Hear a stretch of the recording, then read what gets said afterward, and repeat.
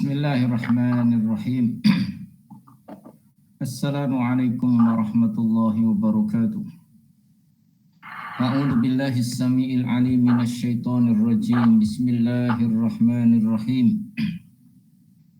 Alhamdulillahilladzi tafarraja bil izzi wal jalal wa tawahhada bil kibriya'i wal kamal. Nahmaduhu subhanahu wa ta'ala wa nashkuruhu fil hali wal mal. Asyhadu an la ilaha illallah wahdahu la syarika lah dzul manni wal ifdal wa asyhadu anna sayyidana Muhammadan abduhu wa rasuluhu al-munqidu minadh dhalal wal hadi ila asyrafil hisal. Allahumma salli wa sallim wa barik wa karrim wa 'azzim ala nabiyyina wa khalilina wa qudwatina rasulillahi Muhammadin wa ala alihi wa ashabil abrar. Radina billahi rabba wa bil islami dina wa bi Muhammadin sallallahu alaihi wasallam nabiyya wa rasulah. Rabbana zidna ilma warzuqna fahma bi rahmatika ya arhamar rahimin. Saudara-saudaraku yang dirahmati oleh Allah Subhanahu wa taala, sebelum kita ngaji, mari kita awali majelis kita dengan bacaan suratul Fatihah. A'udzu billahi minasy syaithanir rajim. Bismillahirrahmanirrahim. Alhamdulillahi rabbil alamin. Ar-Rahmanir-Rahim. Maliki yaumiddin. Iyyaka na'budu wa iyyaka nasta'in.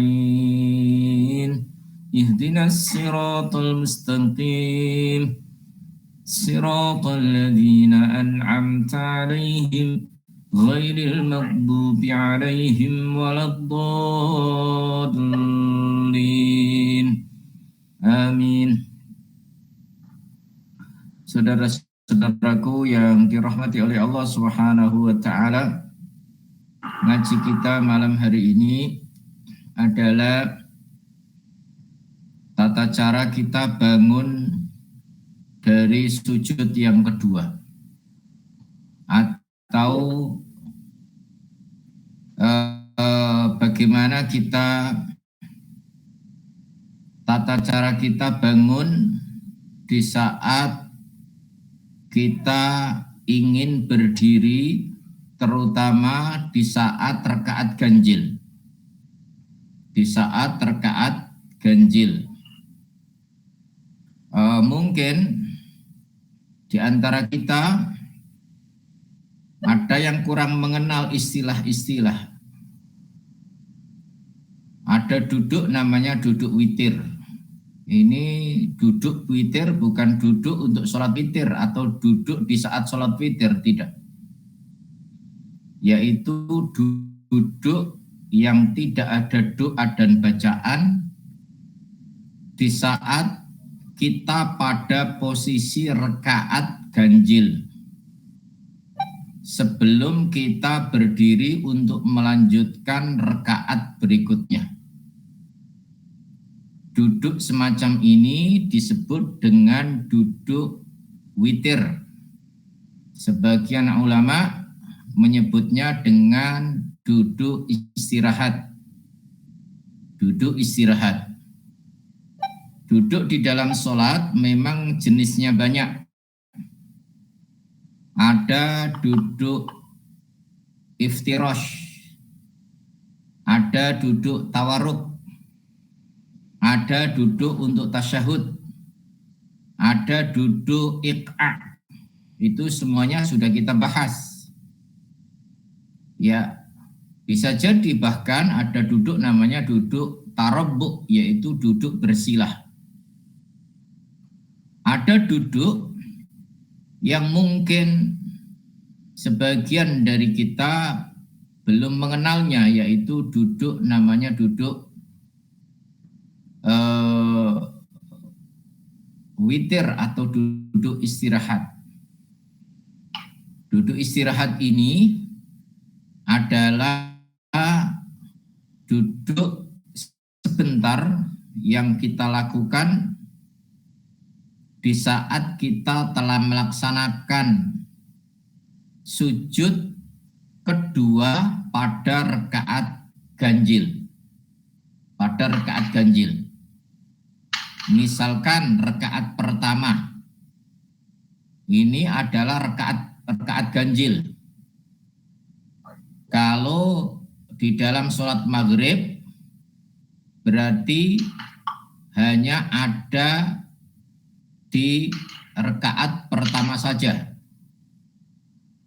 Kalau sholat zuhur nanti duduk witir atau duduk istirahat ini berada pada rakaat pertama dan rakaat ketiga setelah sujud yang kedua. Itu kalau sholat yang 4 rakaat seperti sholat zuhur, sholat asar, sholat isya.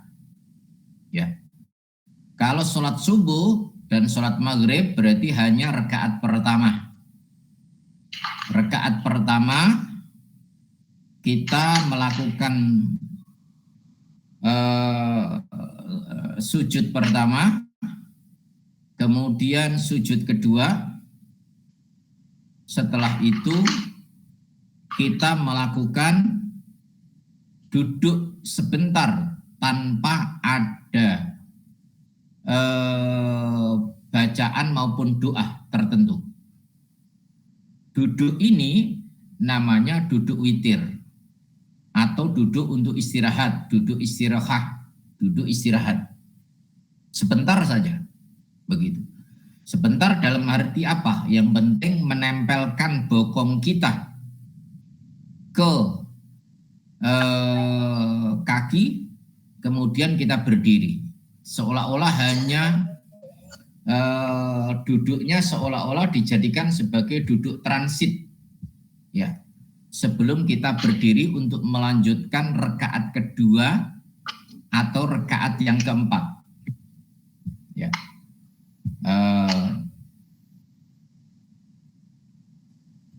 Sekali lagi ini namanya duduk istirahat atau duduk witir. Lalu apa sayukjanya yang kita lakukan di saat kita bangun dari sujud kedua atau di saat kita melakukan bangun dari melakukan rakaat untuk rakaat kedua maupun rakaat keempat. Saudara-saudaraku, memang kelihatannya sepele, tapi penting bagi kita, bagi orang yang peduli kepada sunnah. Sunnah memang melaksanakan sunnah dengan tidak itu kelihatannya perbedaannya sedikit, ya. Di luar sholat saja, orang yang tidak terbiasa dengan menjalankan sunnah saja itu merasa nyaman. Misalkan makan saja dengan tangan kanan dengan tangan kiri, bagi orang yang tidak peduli sunnah saja itu sudah nggak ada bedanya itu. Padahal makan tangan kanan jelas itu perintah wajib, ya. Kalau wajib berarti makan tangan kiri itu bisa jadi haram, bisa jadi setidaknya jatuh ke tingkat makruh. Karena ngendikannya Rasulullah Shallallahu Alaihi Wasallam bahwa la ta'kulu bishimal, jangan makan dengan tangan kiri misalkan. Kalau tidak boleh makan dengan tangan kiri, berarti tidak perlu ada dalil yang mengatakan makanlah dengan tangan kanan. Karena tangan kan cuma dua. Jadi tidak perlu dicari dalilnya. Mana yang memerintahkan dalilnya? Rasulullah memerintahkan untuk memakan tangan kanan. Ya. Dalilnya berarti adalah larangan makan dengan tangan kiri, itu sudah cukup. Tadi menjaga Rasulullah la ta'kulu bishimal fa inna syaitana ya'kulu bishimal. Jangan makan dengan tangan kiri karena setan itu makan dengan tangan kiri. Ini otomatis memerintahkan kita makan dengan tangan kanan. Ya kan? Berarti tidak perlu mencari dalil untuk mana dalilnya makan dengan tangan kanan. Karena larangannya makan dengan tangan kiri. Bagi yang orang-orang yang peduli sunnah, dalil ini dianggap sebagai dalil yang remeh sebenarnya. Alah sama saja makan saja kok. Ribut soal tangan kanan kiri. Itu kan orang-orang yang tidak peduli sunnah namanya. Sederhana sekali kan, sederhana sekali.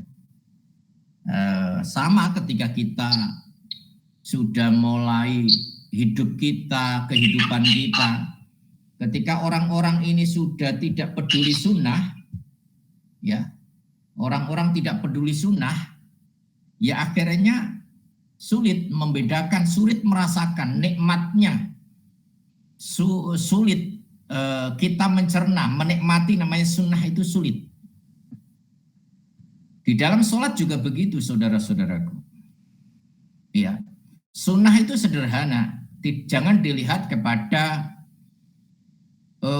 ini apa namanya sunnahnya sunnah apa, muakkad, ghairu muakkad, bukan sekedar itu. Sunnah itu adalah bukti bahwa kita cinta mengikuti kepada perilaku Rasulullah Shallallahu Alaihi Wasallam. Selama itu amalan itu tidak khusus untuk Nabi kita Muhammad Shallallahu Alaihi Wasallam. Seperti nikah lebih dari 4, seperti puasa wisol, puasa yang nyambung, waktu buka tidak buka, misalkan sahur baru dijadikan buka dan sekaligus sahur, misalkan. Itu kan namanya khusus, ya. Jadi ayo kita mengikuti sunnah, kita rasakan nikmatnya sunnah itu jangan dilihat kepada hukum dulu, tapi kepada rasa bagaimana mengikuti kepada sunnah Nabi itu dilihat pokoknya apa yang dilakukan Rasulullah seneng, tandanya seneng dulu, kemudian mengamalkan bagaimana, kemudian bagaimana kita bukan sekedar mencintai ya. Orang cinta itu banyak, tapi kedudukan cinta kepada Nabi itu sudah nomor 4 itu. Ya, banyak orang menjadi muhibbin, menjadi pecinta Nabi, tapi tidak mendengarkan fatwa Nabi, tidak mendengarkan sabda Nabi, tidak pernah belajar tentang syariat Nabi. Ini namanya modalnya modal cinta. Padahal Rasulullah sendiri mengatakan udu aliman au muta'aliman au mustami'an au muhibban. Ini nomor 4 itu. Jadi muhibban itu nomor 4, nomor terakhir bahasanya begitu. Perbuatan baik tapi nomor 4. Tapi itu masih bagus lah daripada nomor 5. Nomor 5 itu tidak mau, nomor 1, nomor 2, nomor 3, nomor 4 tidak mau. Nah, tapi kalau kita cinta kepada Nabi, hanya cinta saja, tidak mau pernah mendengarkan ilmu-ilmu syariat Rasulullah, tidak pernah mendengarkan hadis-hadis Rasulullah, tidak pernah mendengarkan kehidupan Rasulullah, syariat Rasulullah bagaimana. Ini namanya cinta abah kan begitu. Tapi ini masih mendingan orang cinta itu kan. Nah akhirnya ketika menjalankan sunnah Nabi, akhirnya apa yang ditiru bukan dengan ilmu, tapi meniru apa yang dilihat oleh mata. Nah ini bedakan. Jadi cinta boleh ditingkatkan menjadi apa? Suka mendengar. Ya amalan-amalan kita ibadah sunnah Nabi itu yuk kita banyak dengar gitu. Meskipun kita belum mengamalkan, tapi banyak mendengar. Oh ini ternyata perilakuku ini, yang ibadahku ini pernah aku dengar kok. Orang ibadah ketika hasil mendengar dengan meniru itu sudah jauh berbeda pahalanya. kan begitu. Ini mendengar ya, baik mendengar lewat video, mendengar lewat pengajian, mendengar lewat jalan, di saat kita jalan, itu namanya mendengar. Ya. Tapi ini masih di bawah ini, gitu, mendengar. Karena orang mendengar itu kan enak. Enaknya gimana? Nggak perlu pakai pulpen, nggak perlu pakai buku, nggak perlu pakai kitab. Ya. Kalau mau tingkatannya di atas pendengar yang menjadi muta'alim, kata Rasulullah. Muta'alim itu apa? Orang yang masih statusnya masih belajar. Belajar bukan berarti pelajar. Kalau pelajar kan usia-usia yang masih belajar di bangku sekolah, waktu kuliah, tidak. Ini menggunakan muta'alim ini statusnya adalah orang yang masih mau ngaji. Umurnya berapapun masih mau ngaji. Itu namanya muta'alim. Tapi muta'alim ini ada sarananya, ada bukunya, nyatet, nulis, menghafal, itu muta'alim, ciri khasnya kan begitu. Syukur naik ke tingkat pertama. Ughdu aliman, kata Rasulullah. Jadilah orang-orang yang alim. Alim itu ilmu yang melekat pada seseorang yang seseorang itu mengamalkannya. Alim itu dia orang yang sudah dapat ilmu, terus mengeluarkan ilmunya dengan zakat ilmu mengajar dan mengamalkan ilmunya untuk dirinya sendiri. Itu namanya alim. Nah, ini baru tingkat yang atas. Ya, tingkat atas meniru kepada Rasulullah, mengajarkan ajaran Rasulullah, menyampaikan pesan Rasulullah. Ini namanya alim. Ini tingkatan atas. Tingkatan kedua bawahnya muta'alim. Statusnya belajar, belum maksimal, belum mengamalkan secara penuh, belum mengajar secara penuh, masih muta'alim kedua. Yang ketiga, mustami', menjadi pendengar. Tidak banyak pulpen, tidak banyak catatan, tapi sering mendengar, masih lumayan. Golongan nomor 3. Yang terakhir, golongan muhibbin, pecinta-pecinta ilmu, pecinta kepada Rasulullah. Ya, hanya meniru aja, gitu kan. Nggak pernah belajar, nggak pernah membaca, melihat kanan kiri kelihatannya orangnya baik, ya jadi tiru begitu saja. Ini namanya meniru, bukan berilmu. Ya, tapi masih mendingan. Nah, yang berbahaya kan, wala takun al-khamis, jangan kamu menjadi orang pihak yang kelima, golongan kelima. Golongan kelima itu bukan salah satu di antara 4 tadi. Ini kan lebih berbahaya. Sudah tidak mau mencintai ajaran Rasulullah, tidak mencintai sunnahnya. Ketika orang mengamalkan diomeli, dirasani, belajar dicari kelemahannya. Ya, ini adalah bagian-bagian yang berbahaya. Ya, sekali lagi kembali lagi kepada konteks kita malam hari ini bahwa memang tadi itu orang mau bangun dari sujud. Coba antum semuanya lihat kanan kiri jenengan. Ketika bangun dari sujud, nanti caranya sudah beda-beda. Ada yang kadang kala bangun dari sujud ya, tangan kanannya jagam, tangan kiri ini megang dengkul, kayak ngono itu. Itu namanya kan, lah ini kalau ditiru kan niru nanti namanya. Oh, kok begitu niru? Ya, ada dalilnya atau tidak? Misalkan, selama ini kita belum menemukan dalilnya. Kalau belum menemukan dalilnya bagaimana? Ya, pegangi yang ada dalilnya dulu kan. Ibadah itu kan harus ada dalilnya. Kalau belum menemukan dalilnya, lakukan yang sudah ada dalilnya dulu. Kan begitu. Nah, kemudian, ini yang kadangkala tidak sinkron. Bangun, turun untuk sujud dengan bangun dari sujud, itu ternyata paket. Satu paket. Ini yang orang kita tanpa sadari. Paket itu bagaimana? Nah ini.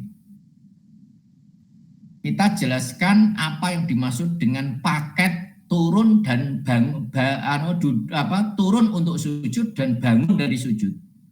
Itu merupakan paket. Apa yang dimaksud dengan paket di sini? Paket ketika kita turun kok dengan mendahulukan kedua lutut, nanti waktu bangun itu mendahulukan kedua tangan. Ketika kita kok sujud turun untuk sujud mendahulukan kedua tangan, ketika bangun mendahulukan kedua lutut. Ini kan namanya paket. Nah, tapi Rasulullah memberikan kelonggaran tata cara pilihan ini. Kita ketika turun untuk sujud, boleh memilih mendahulukan kedua lutut dulu boleh, mendahulukan kedua tangan juga boleh. Tapi ketika bangun juga harus diperhatikan. Diperhatikan. Artinya bangun diperhatikan bagaimana? Paketannya ini loh. Paketan ketika turun dan bangun itu diperhatikan. Ya.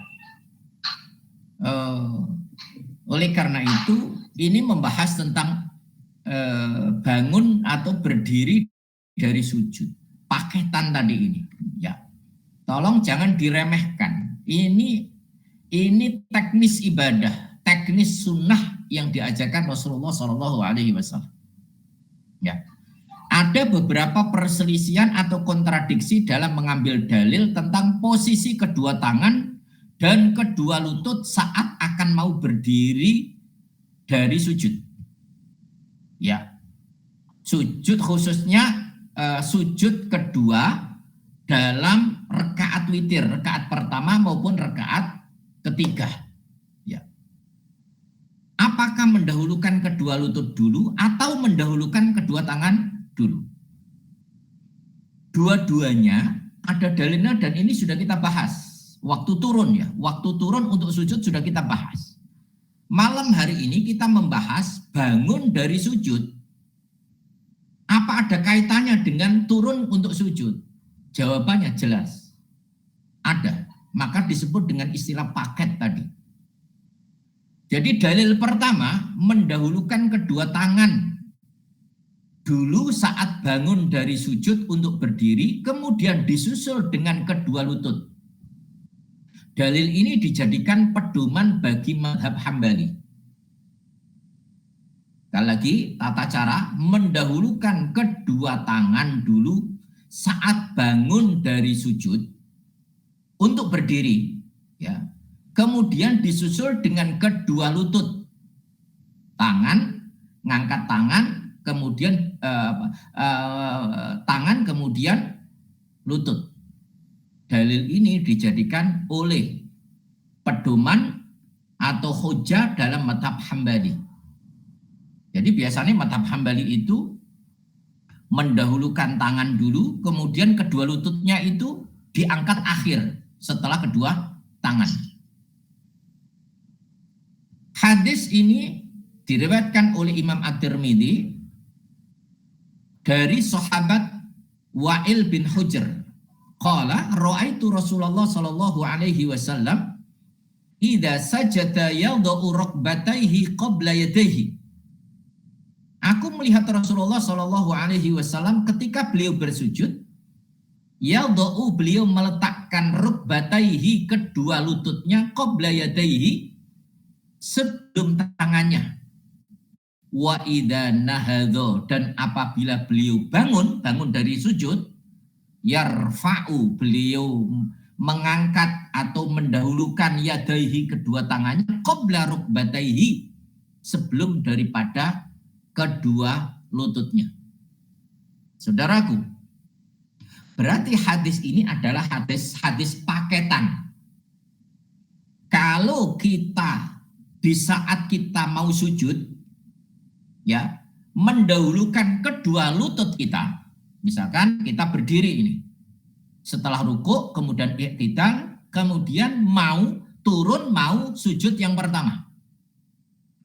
Ketika mendahulukan kedua lutut, ya, kemudian sujud pertama, kemudian duduk di antara sujud, lalu sujud kedua.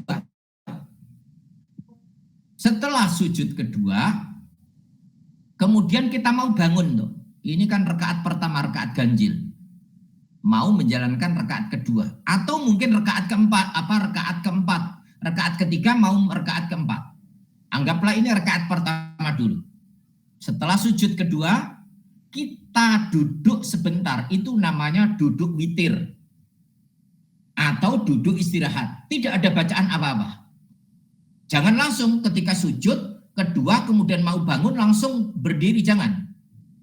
Duduk dulu sebentar, namanya duduk istirahat atau duduk witir. Disebut duduk witir tadi karena berada, witir itu artinya ganjil.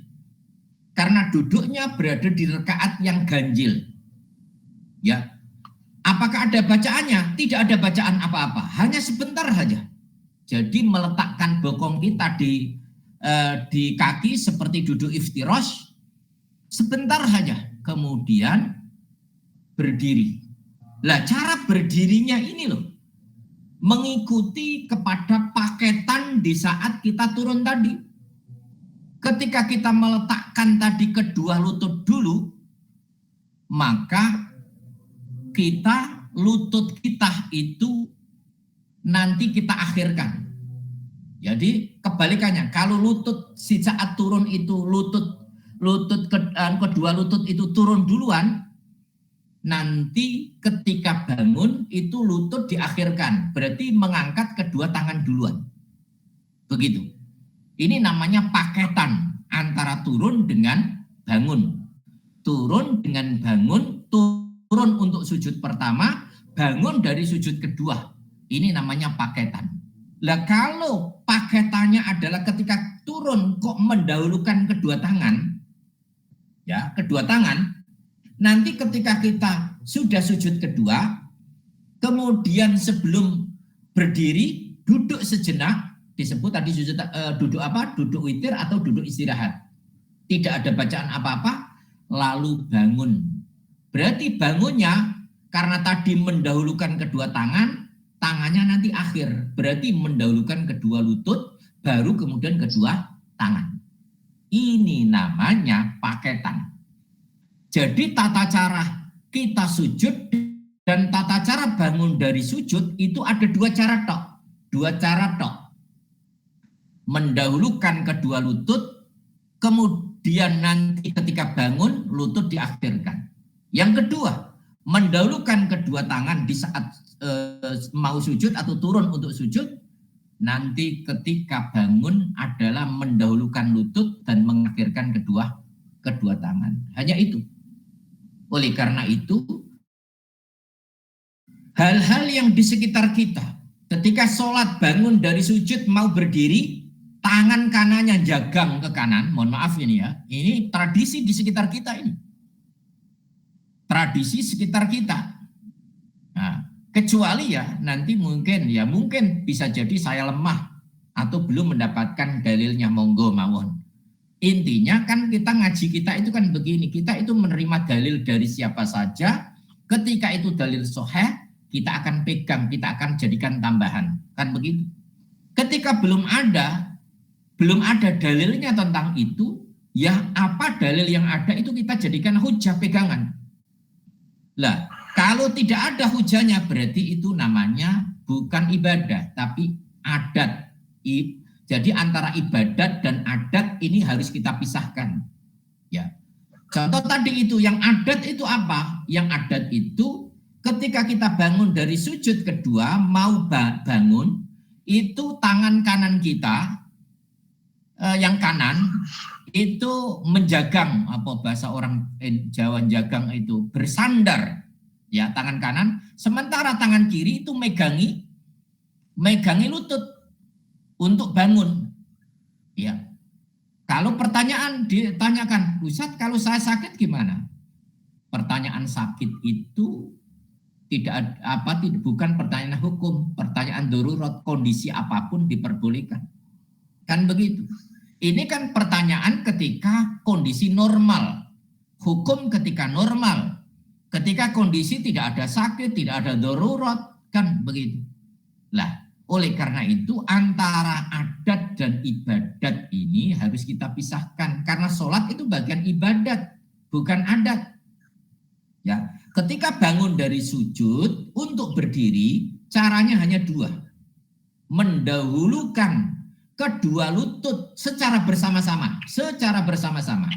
Atau mendahulukan kedua tangan secara bersama-sama juga. Bukan salah satunya berjagang, yang kirinya tidak misalkan. Nah ini yang membedakan. Ya. Dan juga yang perlu kita lihat tadi paketannya. Lalu bagaimana paketan yang kedua? Paketan yang kedua ini mendahulukan tadi paketan yang pertama kan mendahulukan lutut kemudian baru kedua tangan. Ya, ketika turun dan ketika bangun mendahulukan kedua tangan kemudian baru kedua lutut. Nah ini dibalik. Dalil yang kedua ini mendahulukan kedua lutut saat berdiri dari sujud untuk melanjutkan rakaat berikutnya. Lalu diikuti dengan kedua tangan. Dalil ini dijadikan rujukan oleh madhab Syafi'i dan madhab Maliki. Apa dalilnya dalam hadisnya? Hadis yang diriwayatkan oleh sahabat Malik bin Huwairis. Perawinya adalah Imam Bukhari. Annahu, bahwasanya beliau wasofa mensifati salatnya Rasulullah sallallahu alaihi wasallam. Falamma rafa'a ra'sahu minas sajdatil akhirati, ketika beliau mengangkat kepalanya dari sujud yang akhir, fi raqatil ula, di dalam rakaat yang pertama, wastawa qaidan, dalam kondisi duduk, sudah dalam kondisi duduk yang duduk tadi yang dimaksud duduk sebentar tadi itu duduk istirahat, qoma wa'tamada yadayhi alal ardi, beliau bersandar kedua tangannya di atas tanah. Hadis yang lain yang diriwayatkan oleh sahabat Arzaq bin Qais, beliau mengatakan ra'aitu Ibnu Umar. Ini hadis yang perilaku sahabat Rasulullah Ibnu Umar, Abdullah Ibnu Umar. Idza qama minar rak'ataini, bila beliau bangun dari rakaat kedua atau dua rakaat, i'tamada alal ardi, beliau bersandar alal ardi pada tanah, biadaihi, dengan kedua tangannya. Artinya mendahulukan lututnya daripada kedua tangannya. Cara pertama, paketan yang pertama dengan paketan yang kedua sama-sama punya dalil yang kuat. Ya, ini juga mengajari kepada kita, jangan mengatakan begini, oh dia madhabnya Hambali, kita kan Syafi'i, atau yang lain dia kan Syafi'i, aku kan Hambali. Ini namanya sudah mengkotak-kotakkan umat Rasulullah. Ya, karena apa? Tadi itu kembalinya kepada hadisnya sahih atau tidak, seharusnya kan begitu. Dan juga jangan mengatakan begini, oh itu kan hadisnya yang pertama hadis riwayat Imam Tirmidzi, kan ini kan lebih kuat karena riwayatnya Imam Bukhari. Nah, ini juga masuk kepada namanya ilmu ditinggikan daripada sunnah namanya. Jangan sampai kita ini mengangkat ilmu daripada menutupi sunnah. Sunnah itu dilihat pada kecintaan kita mengamalkan amalan Rasulullah karena kecintaan kita. Ya. Supaya apa? Membuang penyakit hati kita. Membuang pikiran-pikiran yang kotor pada pribadi kita. Membuang sifat-sifat ta'assub, fanatik kepada kepada ormas golongan tanpa disadari meremehkan kepada sunnah-sunnah Nabi yang pernah diajarkan oleh Rasulullah Shallallahu Alaihi Wasallam. Contoh umpamanya begini, kita sudah terbiasa sujud, misalkan mau turun untuk sujud dengan kedua kaki, kemudian melihat ada orang yang lain mendahulukan kedua tangan, kan akhirnya bilang itu mazhab mana sih begitu. Kemudian ada yang kebalik, misalkan aku kan mazhabku kan Syafi'i, aku belajarku mazhab Syafi'i. Mazhab Syafi'i itu kalau mau turun untuk sujud mendahulukan kedua tangan. Mendahulukan kedua tangan. Nanti kalau bangun dari sujud mendahulukan daripada kedua lutut, kan gitu secara bersamaan. Akhirnya apa? Tanpa kita sadari meremehkan sunnah yang pernah dilakukan oleh Rasulullah. Karena Rasulullah pernah mengamalkan kedua paket itu. Kan begitu. Nah itulah yang dimaksud, inilah kita ngaji kita itu tujuannya untuk memecah itu. Jangan sampai kita ini gara-gara satu cinta hadis, sementara menutup kebenaran hadis yang lain yang sama-sama sahihnya. Kita ini mencintai satu sunnah, tapi membuang kepada sunnah yang pernah dilakukan oleh Rasulullah, sunnah yang lain yang pernah dilakukan oleh Rasulullah. Ya, itulah ngaji, kenapa kita ngaji fikih global. Ya, jadi beberapa hadis di atas itu memang terkesan kontradiksi. Ya, namun tidak perlu ada yang dieliminasi, perlu dibuang. Karena beberapa dalil itu bisa dikompromikan, bisa disatukan. Caranya bagaimana? Bisa sesekali mengamalkan dalil yang pertama. Dalil pertama tadi kan, kalau kita mau sujud, berdiri untuk sujud, mendahulukan kedua lutut. Itu madhabnya madhab Hambali, kan begitu. Nah, kemudian ketika bangun, mendahulukan kedua tangan, lututnya diakhirkan. Begitu. Atau ngamalkan dalil yang kedua secara bergantian. Bergantian ini bukan berarti begini loh. Bergantian bukan berarti misalkan tidak sepaket.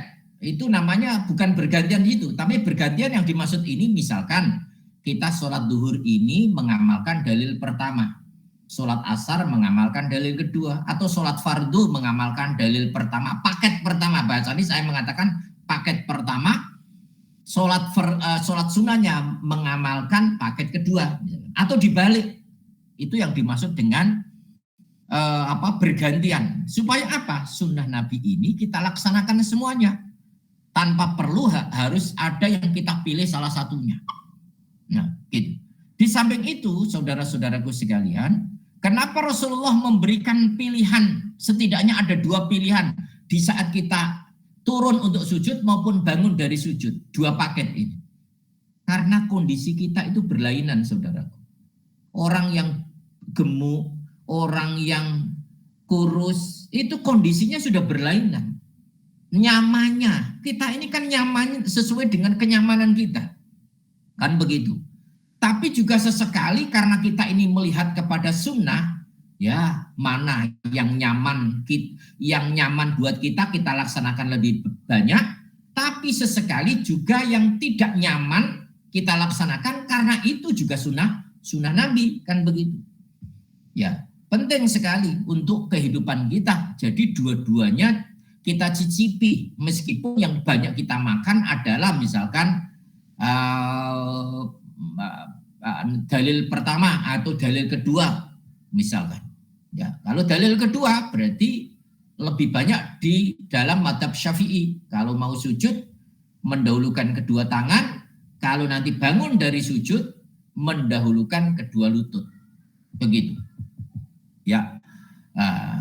Jadi inilah gambaran-gambaran kita ketika kita sujud dengan ilmu.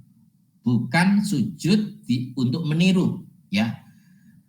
Turun untuk sujud karena ilmu dan bangun dari sujud karena ilmu, ya. Hal-hal yang meniru seperti apa tadi itu, jangan sampai kita bangun untuk sujud, bangun dari sujud untuk berdiri, tangan kanan jagangi atau megangi tanah, terus tangan kiri megangi lutut, seolah-olah kita rodok doyong atau miring badan kita ke kanan untuk berdiri. Ya, itu tidak apa-apa dalam kondisi darurat yang sakit. Ya, kita bukan bahas masalah darurat. Ini kan masalahnya masalah di saat kita normal. Sekali lagi, catatan penting untuk menutup ngaji kali ini. Pertama, bila kita sedang mengamalkan pendapat pertama, yaitu bangun dari sujud mendahulukan kedua tangan, maka saat turun untuk sujud kita mendahulukan kedua lutut lalu disusul kedua tangan. Ya. Kedua, bila kita sedang mengamalkan pendapat kedua, yaitu bangun untuk sujud mendahulukan kedua lutut, maka saat turun untuk sujud kita mendahulukan kedua tangan lalu disusul kedua lutut. Ini namanya dua paket untuk turun sujud dan bangun dari sujud. Supaya kita ngamalkan ini benar-benar dengan ilmu.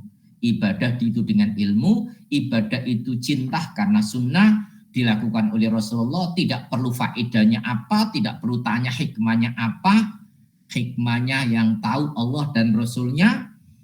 Kita cukup mengikuti cinta kepada sunnah Nabi kita Muhammad SAW.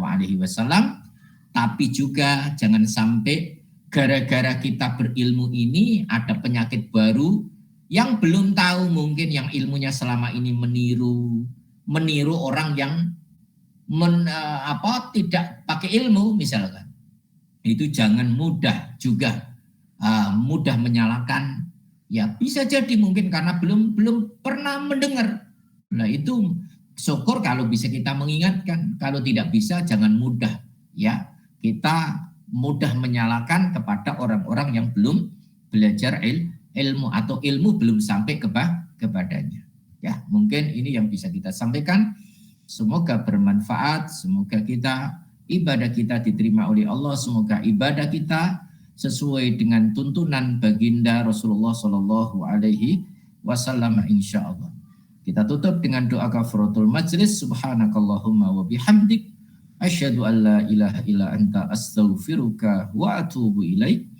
Walhamdulillahi rabbil alamin. Wallahul musta'an wa alaihi tuklan. Wassalamualaikum warahmatullahi wabarakatuh.